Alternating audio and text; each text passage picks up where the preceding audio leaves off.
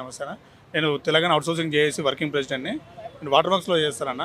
ఇప్పుడు వాటర్ వర్క్స్లో మేము బిల్ కలెక్టర్లు అని చెప్పేసి 680 మంది ఉంటామన్న.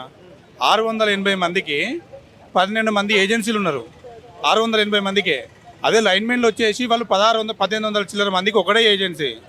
మళ్ళీ సెవరేజ్ వాళ్ళ లైన్మెన్స్ ఉంటారు, ప్లస్ సెవరేజ్ వాళ్ళు ఎస్టీపీ అని చెప్పేసి ఇవన్నీ ఉంటాయి. వాళ్ళందరికీ కలిపి 4 మంది ఏజెన్సీలు ఉంటాయి. మొత్తం వాళ్ళు ఎంతమంది? 4000 చిల్లర మంది. అదే మా 680 మందికి 12 మంది ఏజెన్సీలు. ఒకరికి ఒకటేటి పడుతుంది అర్థం కాదు, ఎవరికి ఏడేటినట్టు జీతం వస్తుందా ఇవన్నీ అర్థం కాదు. ఈయన అడిగితే ఆడంటాడు, ఆడడిగితే ఈడంటాడు. ఇప్పుడు ఇంకో కొత్త విధానం ఏం చేసుకోవచ్చు? ఇప్పుడు కొత్త టెండర్లో మళ్ళీ ఇప్పుడు దీంట్లో 3 పార్టిషన్లు పెట్టారు. ఇప్పుడు జీతం అనేది జియో 60 ప్రకారం ఫిక్స్డ్ శాలరీ ఉండాలి అవుట్సోర్సింగ్ ఉద్యోగికి. దాంట్లో కూడా కమిషన్ బేసిక్ పెట్టిండు. మీరు తీసుకుంటారో మరి మీరు కూడా ఏ పాటైతే పని చేస్తున్నారో పర్మనెంట్ ఉద్యోగస్తులు వానికి కూడా ఎంతవరకు అయితే చేస్తున్నారో, ఎంత పని గవర్నమెంట్కు లాభం చేస్తున్నారో దాని దగ్గర మీరు కూడా కమిషన్ తీసుకోవాలి కదా. దాని దగ్గర పార్టిషన్ పెట్టుకొని మీరు కూడా జీతాలు లక్షల జీతాలు దగ్గరకేమో ఏది లేదు. టైంకి ఎప్పుడు వస్తారో తెలియదు, ఎప్పుడు పోతారో తెలియదు, మీకేమో ఏది లేదు.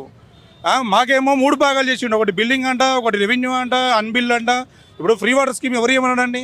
ఫ్రీ వాటర్ స్కీమ్ ఇచ్చి మంచి బిల్డింగ్ ఉన్నవానికి కూడా నువ్వు ఫ్రీ 0 బిల్ ఇస్తున్నావు కదా. వానికి పని చేసి ఫస్ట్ ఇక్కడ పని చేసేవానికి ఇవ్వు జీతాలు. వానికి ఇచ్చేది వదిలిపెట్టి ఫ్రీ అని కూడా మీ ఓట్ల గురించి మేము కూడా ఓట్లు వేసినాం కదా. మేమైతే ఉత్తనే గాడికి వచ్చి పోతలేం కదా. మాకు కూడా ఓటు హక్కు ఉంది.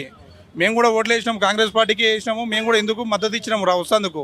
కాబట్టి ఒకటే మేము చెప్పేది ఏంటంటే దాన్ని 3 పార్టీషన్లు పెడదామని చెప్పి చూస్తున్నారు. అది ఒకటి వద్దని కోరుకుంటున్నాము మా హెచ్ఎన్డబ్ల్యూఎస్ తరఫున. ఇంకొకటి జియో 60 ప్రకారము మేము కేటగిరీ 2 కిందకి వస్తాము. లైన్మెన్ వచ్చేసి మామూలుగా అన్స్కిల్ కింద ఉంటారు లైన్మెన్. సరే వాళ్ళకి స్కిల్ ఇచ్చినావు, మరి ఇంటింటికి తిరిగి మీ యొక్క బిల్లులను సర్వీస్ చేసుకుంటా, ఏదైనా ప్రాబ్లం ఉన్నా ఎక్స్ప్లెయిన్ చేసుకుంటా మాకు స్కిల్ ఉంటుంది.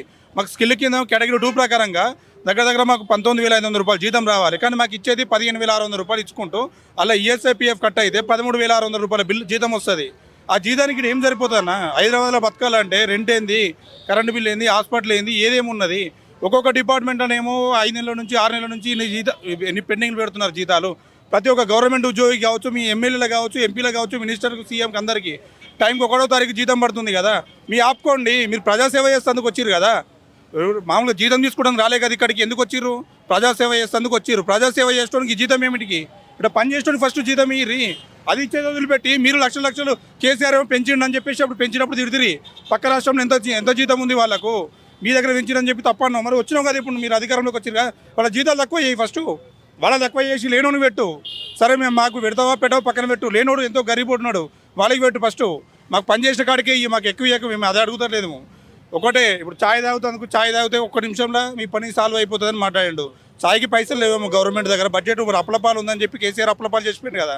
మరి గవర్నమెంట్కు ఛాయ్ తాగే డబ్బులు లేవేమో. మరి మేమే ఒక వేదిక అవసరమంటే అమరవీరుల స్తూపం కాడ ఏర్పాటు చేస్తాము. టీ అని చెప్పేసి ఛాయ్ పెడతాం ఒకటి. లేదంటే ఛాయ్ బండ్ల లెక్క మేమే ఆడ అమ్ముతందుకు వస్తాం. మరి రేవంత్ రెడ్డి గారు, బట్టి విక్రమార్క గారు, మినిస్టర్ గారు వచ్చి ఫ్రీగానే వస్తామండి వాళ్ళకి ఛాయ్లో. ఎందుకంటే మరి అంతమందికి సేవ చేస్తారు కదా. సేవ చేసేవాళ్ళకి ఫ్రీగా పోయాలి కదా. మేము మాకంటే పైసలు తీసుకుంటామే. కానీ మేమేంది ప్రజాసేవ చేస్తారు కాబట్టి ప్రజాపాలన కదా ఇది.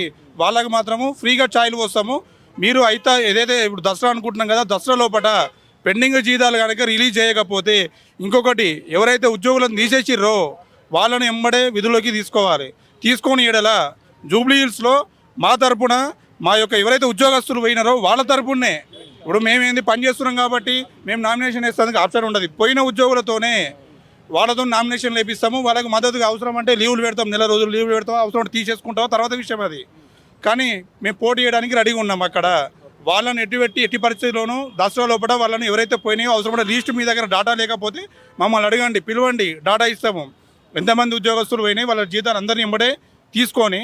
సరే ఇప్పుడు ఏమంటారు, నిన్న ఆర్టీసీలో కూడా అవుట్సోర్సింగ్ కింద చేస్తున్నారు. అదే చేసేది ఏదో ఇక్కడ నీకు మంది ఎక్కువ అంటున్నావు కదా, ఈ డిపార్ట్మెంట్లో ఎక్కువ ఉన్నారు తీసేస్తున్నావు కదా. తీసేసేదో ఇంకా అవసరం ఉన్న కాడ కలుపుకోవాలను. ఉత్తి ఇంటికాడ కూర్చోబెట్టి ఇప్పుడు వాడిని మళ్ళీ అమ్ముకోవచ్చు కదా పోస్టులు అవి. ఇప్పుడు వీడు పని చేసిపోయింది 20 ఏళ్ళు, వీడిని ముసలోడు అయ్యింది. ఇక ముసలోడు శాతం అవుతుంది. ఇక అవసరం అంటే మళ్ళీ నీకు 3 లక్షలకు అమ్ముకోవచ్చు, 3 లక్షల రూపాయలు వచ్చేట్టుగా ఉంటుంది. ప్లస్ మళ్ళీ కొన్ని కొత్త కొనుక్కున్నట్టుగా ఉంటుంది. వాళ్ళ ఎవడైతే కాంట్రాక్టర్ ఉండో వాడు బలిసిపోతారు కదా. ఫస్ట్ ఇక్కడ పనిచేసేవాడికి సంస్థకు పనిచేసి వాడిని ఇవ్వడం మొత్తం ఇక్కడ నీకు ఏమంటారు దారపోసిండు. ఇక్కడ దారపోసినవానికి ఫస్ట్ జీవితం ఇయ్యి. అప్పుడు ఇది నిజమైన ప్రజాపాలన అని చెప్పేసి అందరు నమ్ముతారు. సో జూబ్లీహిల్స్లో బరిలో అవుట్సోర్సింగ్ ఉద్యోగులకు సంబంధించి జేఏసీ తరపున వాళ్ళు కూడా నిలబడతామని చెప్పేసి అంటారు. నిజంగా